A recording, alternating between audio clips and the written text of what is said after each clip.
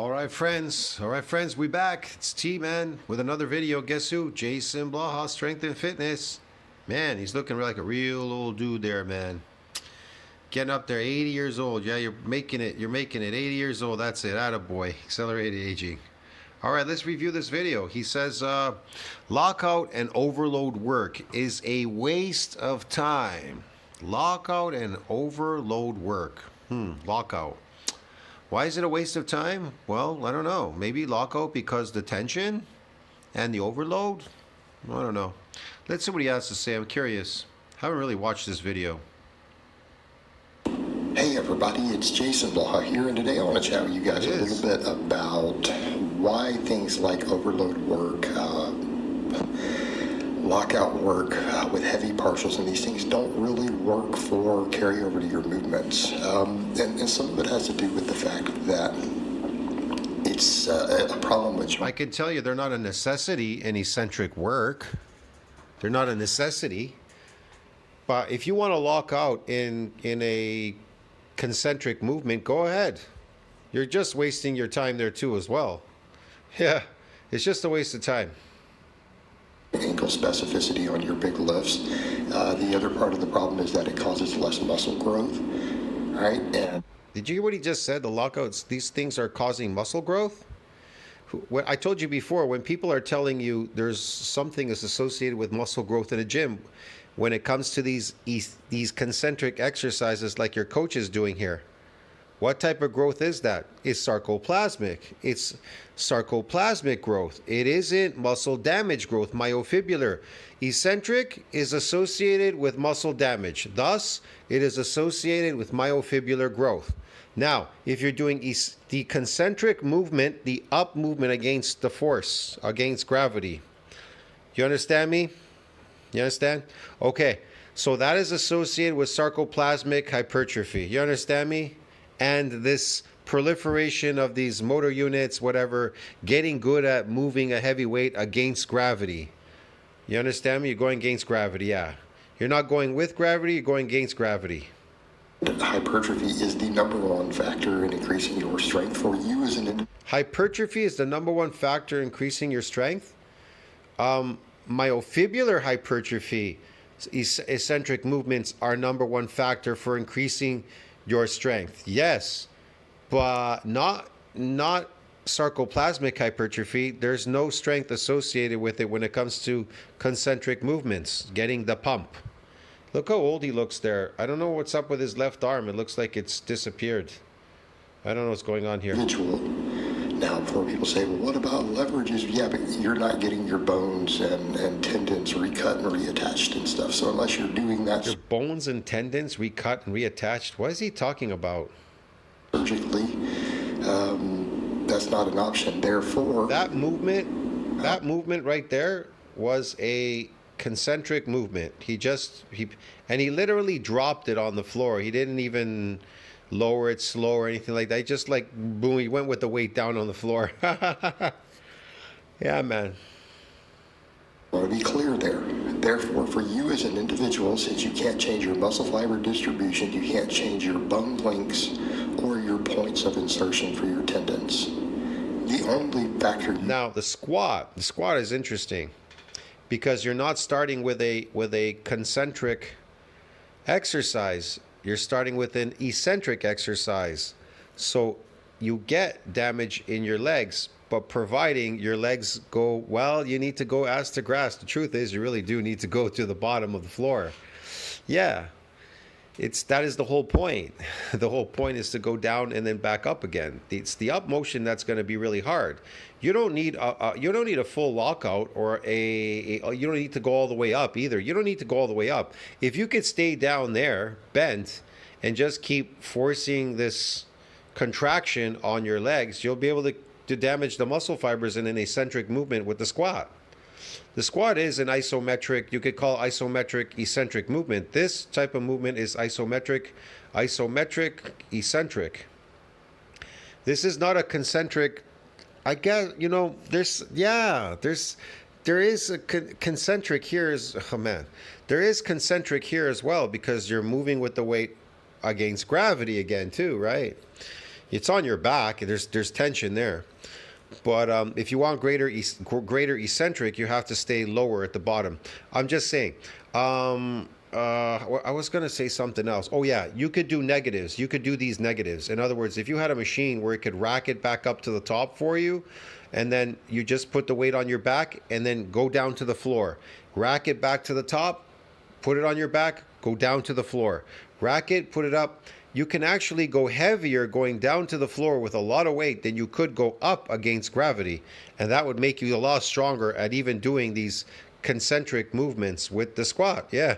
The more negatives, eccentric negatives you do, the stronger you would get at going back and doing these concentric movements. You'd be able to, it's just like if people ask me, how can I increase my bench press?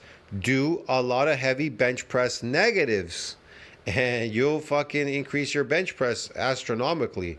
If you do more negative squats, your squat will increase too exponentially. It's a known fact because you're going with gravity down as opposed to going against gravity. That's the difference. There's less exertion going down. There's more exertion going back up again. That's why people scream and yell and make these weird faces when they go up against gravity.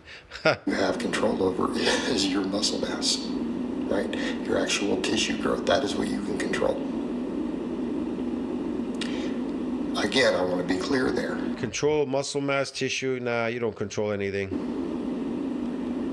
And in other people who are completely different strengths, it's different or similar sizes or whatever. It's nothing to do with. Your coach is just going to get weaker and weaker. He's getting older. He's not regenerating any muscle. He never built any muscle. And he's suffering from sarcopenia, and it's just going to get worse and worse. It's getting worse and worse. The fact that size doesn't equal strength. It's those other factors that you can't. Size does equal strength, but it's myofibular size, not sarcoplasmic. But you see here his legs, they're gone already. He's already reached that point of no return. Your legs go when you get older. Definitely they go. People complain about that all the time. They go, why are the legs going? Why are the legs going? Why are they going? Why are they going? If you pedal a bike a lot, if you pedal or do your legs a lot, that increases growth hormone. Why do your legs go first? Because they're the one thing that you use the most. You understand me? Yeah, you use them the most. Use them to walk around, move around, get up. Yeah, you're exerting a lot of energy there. And as you're getting older, you're using them too much, so they're just going, bro. That's why you got to eat a lot of protein. It's another reason when you're older. Yeah. Change those, so we need to be very clear in that. Hypertrophy is the best thing you can do to get stronger. Hypertrophy is the best thing you could do to get stronger. No. Myofibular hypertrophy is the best thing you could do to get stronger. Eccentric movements, yes. That would be, heavy muscle damage. Singles. He says heavy singles. Point training, but weak point training is just hypertrophy again. So let's come over there and let's talk about the problem. Again, he never tells you what type of hypertrophy. He just says hypertrophy training. There's more than one type of hypertrophy. I told you, he's doing concentric exercises. It is associated with sarcoplasmic. Hypertrophy is not associated with muscle damage. It is not associated with muscle damage, man. See this?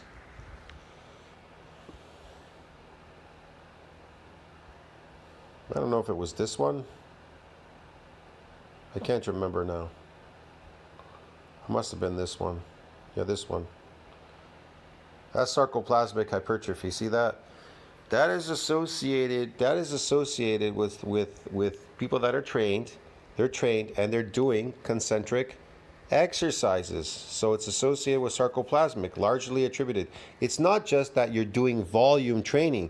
Your volume training is based on concentric lifting. It's not based on eccentric, which is associated with muscle damage, which I'm going to prove to you. Like it says here.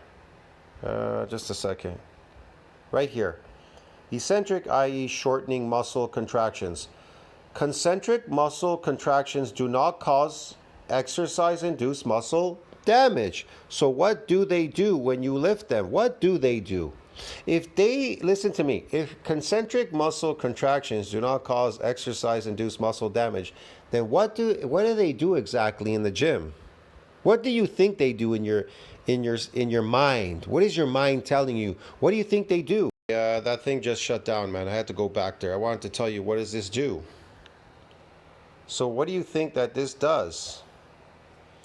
What do you think concentric muscle contractions do if they don't cause exercise-induced muscle damage? What do they cause? See what I mean? But exercise-induced muscle damage is evident after isometric contractions at a what? Long muscle length and eccentric muscle contractions, even at low tensity. But concentric muscle contractions do not cause exercise-induced muscle damage. So what do they cause? What do they cause if they don't cause muscle damage? What do they do? What do they do exactly? Why are you doing all these concentric movements in the gym? For fun? Exercise? Health? For what? What are you doing it for, huh? So they even tell you in this report, I'll bring this report out again.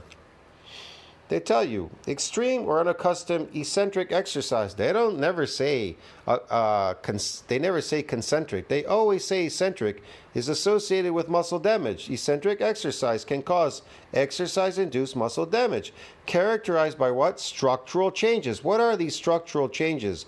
Involving sarcomere, cytoskeletal. What is that? What's cytoskeletal? There's changes. And membrane damage, with an increased permeability of sarcolemma for proteins. From a functional point of view, disrupted force transmission, altered calcium homeostasis, disruption of excitation, contracting, coupling, as well as metabolic changes bring about what? Loss of strength. It brings about loss of strength. You lose strength doing these eccentric movements in the gym. Why? Because you're getting damaged. You're all getting, I'm getting stronger. I'm lifting a heavy weight, I'm getting stronger. Oh, that's interesting. Importantly, the trauma also invokes a what? Inflammation response clinically represents self-swelling, decreased range of motion, increased passive tension. We all know this, man. Soreness and a transient decrease in insulin sensitivity while being damaging and influencing heavy and ability to perform repeated bouts of exercise. Yes. Changes produced by exercise-induced muscle damage seem to play a crucial role in what? In myofibrillar adaptation. Additionally, eccentric exercise yields what? Greater hypertrophy than isometric or concentric contractions, and requires less in terms of metabolic energy, cardiovascular stress, making it especially suitable for blah, blah, blah, blah, blah. Okay? So you get the point, man. I don't have to go through the whole thing. This is quite lengthy. You can read all these things here. They show you a bunch of stuff here. They talk about it. I've read this before, okay? Increased tension, this, that, outreaches, whatever. Damage, this, that. It's lengthy. I can't go through it. The video would go on forever. So, yeah. Here, later sarcoplasmic reticulum. Membrane is affected as well because of its link to ... They talk about a whole bunch of stuff here.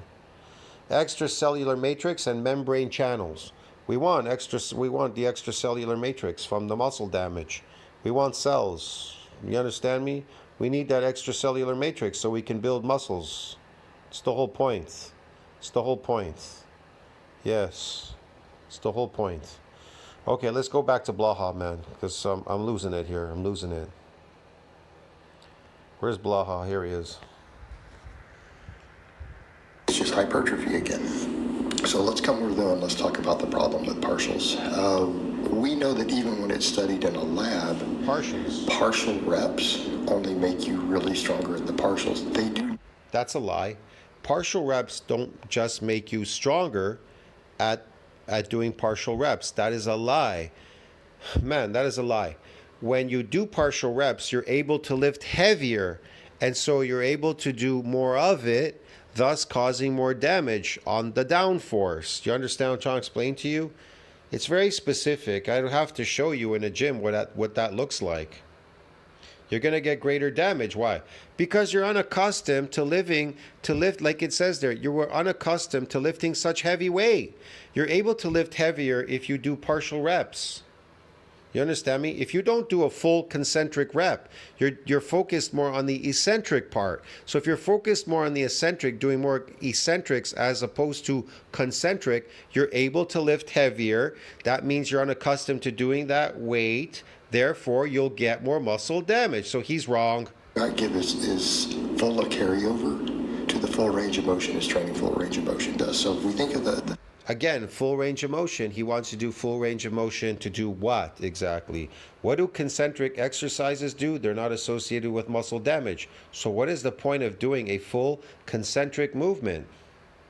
specific Your whole ambition should be to damage muscle fibers in a gym. That's what gyms are for. They damage muscle fibers. Whether it's partial movement, whether it's negative eccentrics, or whether it's partial rep eccentrics, or whether it's full eccentric, concentric, full eccentric, then concentric movements, whatever it is you're doing in eccentric, you should be focused on damaging the muscle. That's all. That's all you should. You should be blinded by everything else. Just get fucking super strong. Get super big and super strong. That's it. involved. So you're talking about the neural drive changes, the changes in movement pattern technique. And then we come over to the point of hypertrophy, maybe muscle fibers specific to those ranges of motion. Okay. All right. So I have no clue what he's talking about. when you look at that, most of the time, and there's been an exception here or there, that's what you find. In the lab, training full range of motion makes you stronger at full range of motion, and training partials make No. Training a full range of motion makes you better at doing full range of motions. I just told you.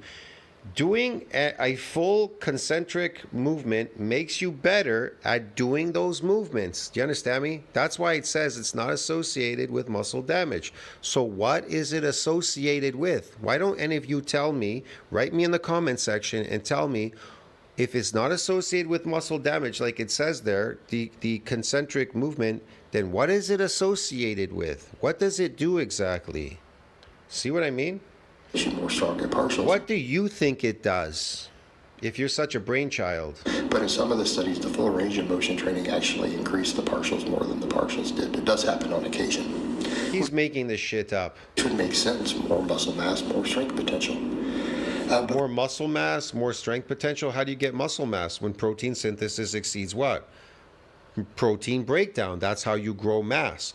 Now, how do you grow myofibrillars? Same thing. You need to eat. You need to be in an anabolic growth state. You need to injure muscle fibers, and then you need to eat a lot. And you need to, and they have to go through a repair and a remodeling over a week period. The thing is, people are like, well, I'm doing this to blast through a sticking point or to handle more weight. And we need to address both of those. And it doesn't matter that some people have made this work, by the way.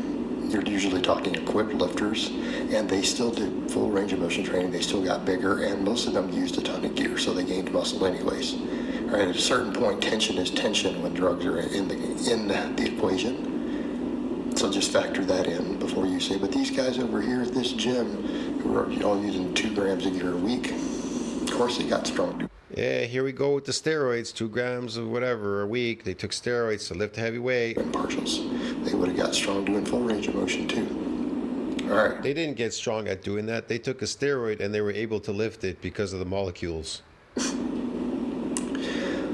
But I digress. All right, the problem with the weak point training. If you can do 315 for a pause off your chest, and you can do 405 for lockout work. I like how he says, I digress, yes. But you stick in the middle. But then when you go to that point, like let's say you come over and you're doing board work or pen work at the point where you miss the lift with a 315. But you can do it with 405. Okay. You're already strong enough to lift 405 through there. It's not. So how do you increase your bench press? If you want to increase your bench press, what is the best exercise to do to increase your bench press? I just told you, eccentric negatives. That is the best way to do it. Yeah. Get yourself a bunch of spotters or whatever, I don't know, and do these negatives. Yeah. You can actually go a lot heavier too. Here's another thing. You wouldn't normally be able to push that weight as heavy as you could in the up direction, but now you can actually lower it. It's a lot easier to lower it. Notice how people, they can lower a very heavy weight, but when they want to push it to go back up against gravity, they can't do it. So you're able to go heavier on the negatives. Thus, if you could do more negatives with that heavier weight, you'll be able to do it later a lot easier. When you come back to it a week, 2 weeks later, you'll be able to do that weight. Yeah, that weight, which you couldn't have done before. Yeah. Not doing anything. It's not helping you. People say, but that's where I'm weakest. That's where the bar is slowing down. It's not where you're weakest. You're weakest. Let me get this straight. You're weakest at the most biomechanical disadvantaged part of the lift. On a bench, that's where when the bar touches your chest, by the way. In a squat, that's when you're at the bottom, so on and so forth. That is where you're weakest. That is not subject to debate. That is basic human biomechanics. The reason you're slowing down is because you're using all your energy up at the weakest point. Right? So when you're lifting that heavy weight, you don't have anything left through those weak points. You lose your energy, like it says in science, when you're going against gravity. Yeah. You don't have anything left. There is greater fatigue when you go against gravity. Therefore, it slows down or you miss there. When you're starting from that point, you can handle the heavier weight. And if you can handle the heavier weight, the exception to this is, of course, deadlifts, right? A lot of people are weaker on some of the slight partials. Now, there you might actually have a neuromuscular benefit, okay? That's the only one that can kind of make sense. Like a below-the-knee rack pull, like a 2-inch block pull. Because there is a neural difference there, and it might help you slightly to train through there, but it's going to be ever slight. Again, he just does the same exercises over and over again, the same dumbbells, the same weights, the same stuff. He's totally adapted to everything here. There's no adaptations. To get adaptations, you need to do things that you're unaccustomed to doing. You need to do unaccustomed stuff to get out of these adaptations. I'm sorry. But the deadlift is already very much a partial lift, so there's a lot going on with the partials. These other longer range of motion lifts are not. They're very muscle reliant. When we come over to that point, you're already strong enough to do that weight through there. You've got to get stronger through the weakest point. Now, in some cases, could it be that maybe your delts are a little strong? Yeah, see how that went down and then up? A little weak. Or there could be a case where the bar is transitioning badly. Let's say you have weak triceps, and so as the bar transitions, you hit a certain weak point up near the middle or the top third of the lift. Your triceps are too weak and the bar drifts really far over your face. Your delts have to take over to try to compensate, which is also hard on the shoulders. Well, in that case, it's not necessarily the lockout work that's going to help you. You need more tricep work. You need to do some hypertrophy work for your triceps. Do you see where we're going with this? Yes, I see where you're going, Jason. Yes, nowhere. You'll be better off for it. But you need to get stronger out of the bottom, really. You really do. You need to get stronger at the bottom. What you need to do at the bottom is get muscle damage, and then that'll make you stronger. When they repair and remodel itself stronger, when those muscle fibers remodel themselves stronger, yeah, you're going to be a lot better. And that means more pause benching, more pecs, most likely. Maybe you need more lats to help stabilize everything better. But it's generally you just need to get bigger and stronger. All right, same thing with holding the heavy weight. I need this to get bigger and stronger, but not sarcoplasmic, bigger and then get better at lifting. used to it. But if you can do partials with that weight, then you're already able to handle in your hands. Number two, has that ever been required? Every one of us have gone months without doing a max at some point in our lives, and walked in and smashed a 1 rep max PR on a squat, a bench, a deadlift with a weight that we have never touched in our life. And we did it just fine. Okay, that's nonsense. That is complete and utter nonsense that you need to get used to feeling feeling the heavier weight on your back or holding it in your hands. In what world? No, you need to get stronger. You are wasting recovery resources. Yes, you need to get stronger. And how do you get stronger? Eccentric movements. They make you stronger. I think people really are just so daft out there. There's just, their brain is so gone. They're just so out of it, man. They don't even realize what they're doing. It's a waste of time. Lifting slaves, gym slaves, yes, fitness slaves. Is wasting time, wasting energy, trying to get used. He's wasting time and wasting energy. What has he done? What has he done in over 30 years of lifting? To holding the heavier weight that you could be spending putting on some muscle and actually get stronger. Yeah, putting on some, you're wasting your time. You could be putting on muscle. Okay, how do you put on muscle, Jason? How do you put it on? How do you put it on? You keep telling people to put on muscle. Okay, why don't you tell them how to put on muscle? How do you put it on exactly? How does that work exactly? Yeah, what does concentric movements do as opposed to eccentric? What do eccentric do as opposed to concentric? What do they do? What's the difference between myofibular hypertrophy and sarcoplasmic? Hey, what's the difference between that? How do you put on muscle? How do you get over MND size limit? How do you do these things, Jason? How do you get over the repeated bout effect phenomena? It has never been a requirement. People have walked in and smashed world records lifting weights 50 pounds heavier than they have ever touched in their life. Yes, they have. They're all taking steroids. They faked it. They faked their lifts. You don't have to get used to anything. If you're strong enough to lift it, you are strong enough to lift it. If you're strong enough to lift it, you're strong enough to lift it. Okay, so what if I come off the street and I lift it? Am I strong? I didn't have to practice at it. I'm just strong. I can lift it. Okay. Period. All right, guys, but that's really all I have to say on that today. I hope it's been informative, and I'll talk to you guys next time.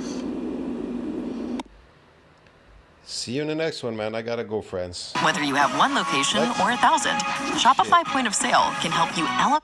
Like, subscribe, support the channel, and see you in the next one. Tell me what you think about that. Comment down below, helps with the algorithm. That was just a waste of time, man. Blaha is such a waste of time. It's just wasting his time.